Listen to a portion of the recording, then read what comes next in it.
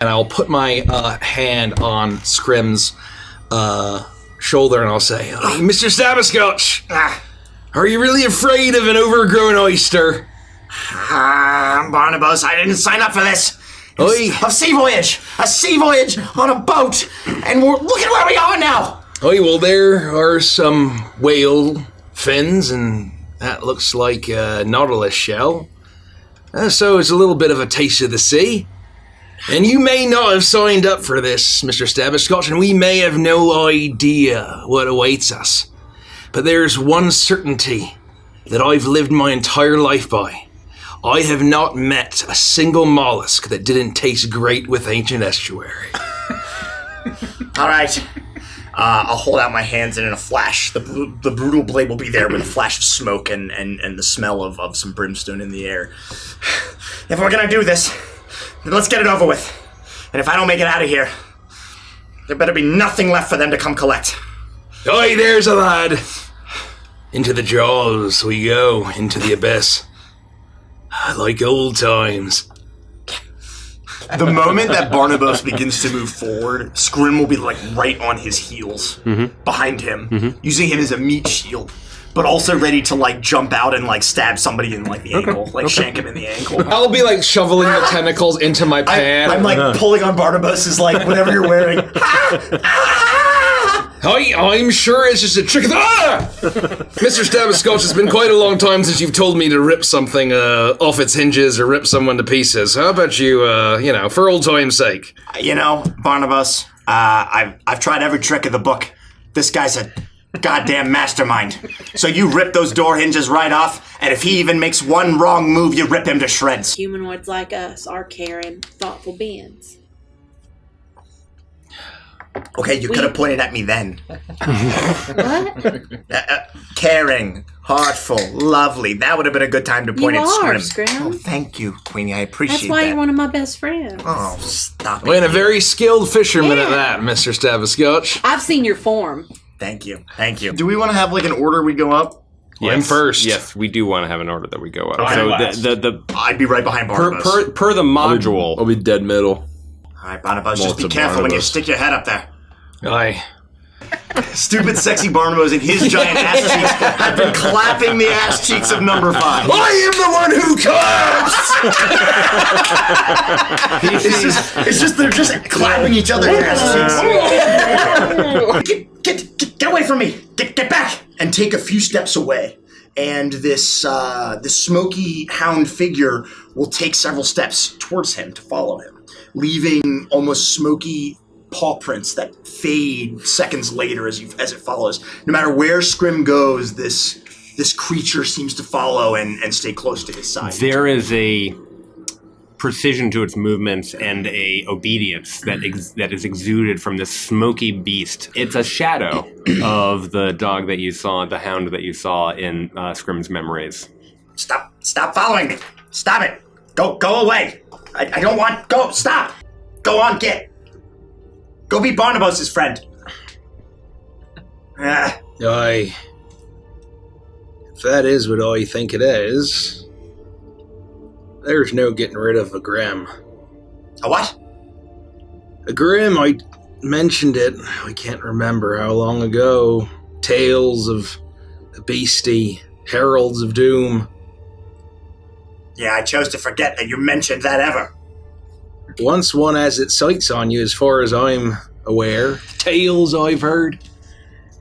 Bargist, that one fellow wouldn't stop saying the word over and over. It drove him mad.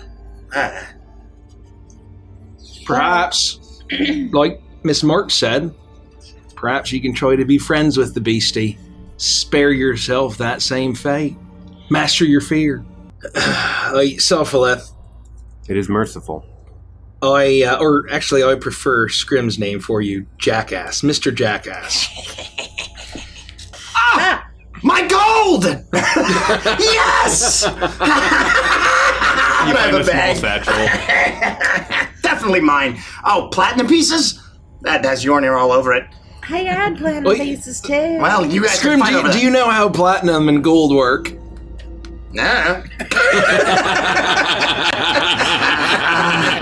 I mean, at the very least, we should hear him out. All right? I mean, like, look, do I believe that he's going to offer us the world? No. But we hear him out, right? It is nothing. He has nothing he could possibly offer me. All I need is my lover. All I need is the sea once I get back there. That's very nice, Barnabos, but we're not all you, all right? Some of us have bigger problems. You can solve that problem when I look at the hound next to him. Is it like kind of like pacing around you? Like, I'm wondering what it's doing, actually. So it's actually staying very close to me and only moves to follow me when I move. It doesn't wander from me. It seems to be very happy to stay near my side. It stands right in your blind spot. It moves very fluidly, but it doesn't move unless I move away from it too far. I've lived my life embracing the beast inside of me. Perhaps you could learn a thing or two from me, Mr. Stabiscotch, beyond fishing. Don't you bring up fishing now. I will. The tackle's right there. You haven't taken it. I'm not going to take it. That's yours. I've gifted it to you.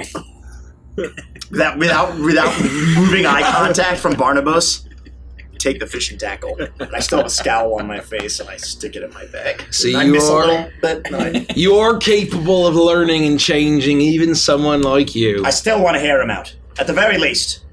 If this thing that haunts Skrimm really does affect him in such a negative way and he has the ability to be rid of it, I don't want to take that away from him if that's the path he chooses. What do we do then? How do we rectify that? Well, I mean, I have an answer. If your answer is kill Skrimm, Oh, it better not I'm be. not going to be able to do that. Or kill Barnabos, me. we can't kill Skrimm. What do you mean, or kill you? We don't want to kill you either. I have said that for any creature that wields shackles as indiscriminately as these, they are my enemies, and I keep moving forward until all my enemies are destroyed. And if you, Mr. Stabiscotch, or anyone here takes up those shackles, you become my enemy.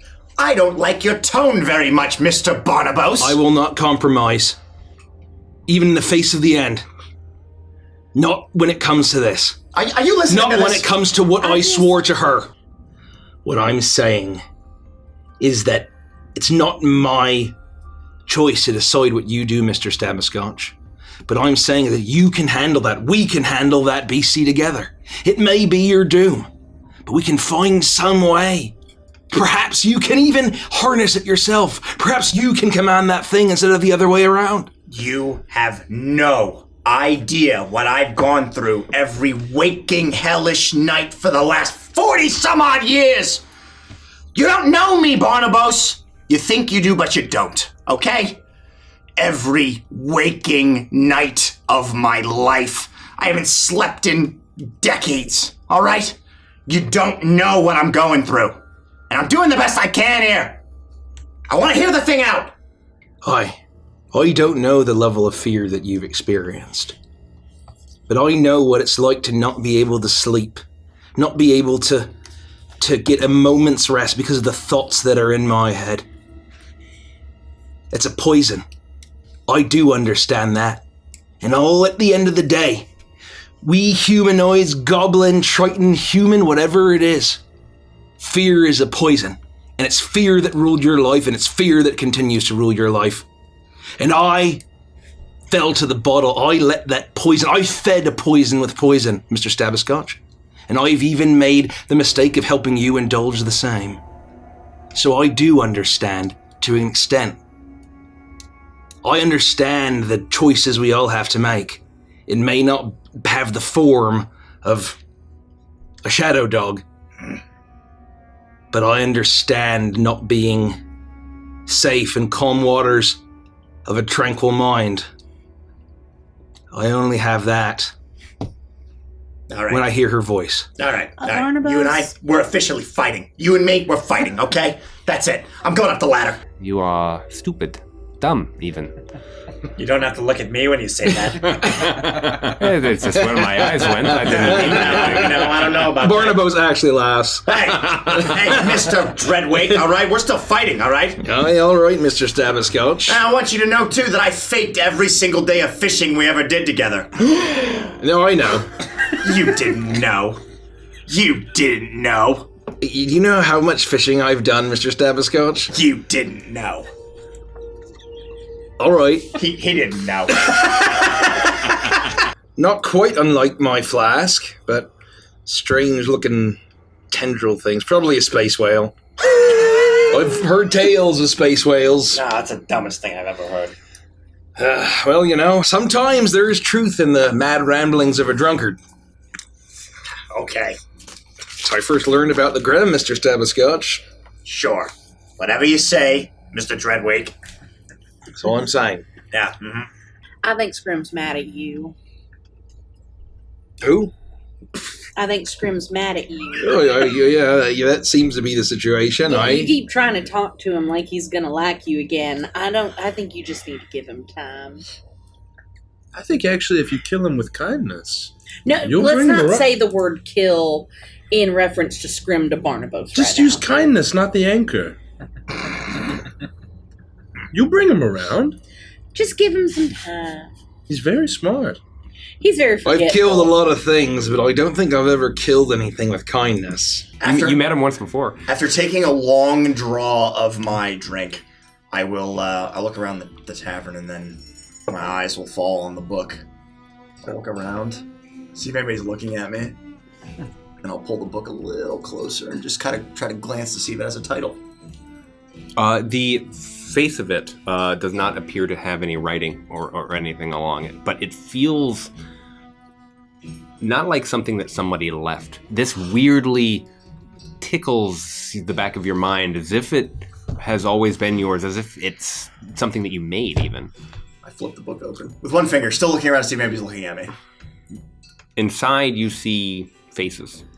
Faces you in this dream moment don't recognize. But you look down and you see that a face of a Triton.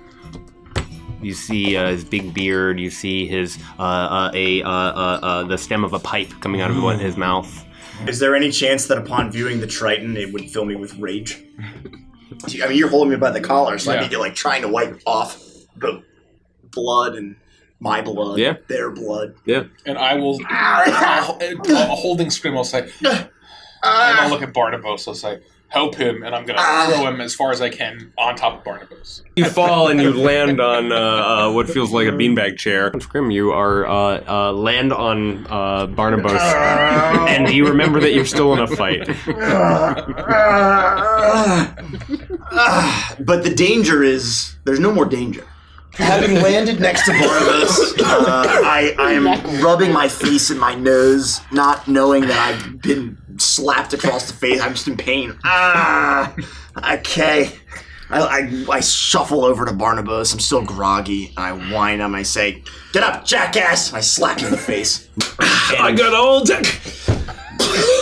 You come to, and the full context of not just the time before the dream and the now all tie together, and you realize what has happened. A deception, an illusion, a charm so powerful that you believed for a moment that it was real and that it was so intimate it seemed to know your very mind. What a betrayal, an intrusion, an infiltration.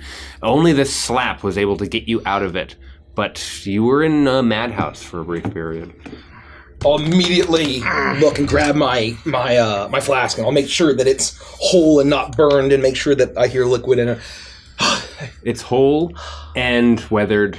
It is the flask you've carried on your person for many years now. There's a trickle of blood coming from my nose. Underneath my eyes are slightly starting to bruise. We were ambushed. Nice shot, Mr. Stabberscotch. Yeah, I didn't think you had it in you.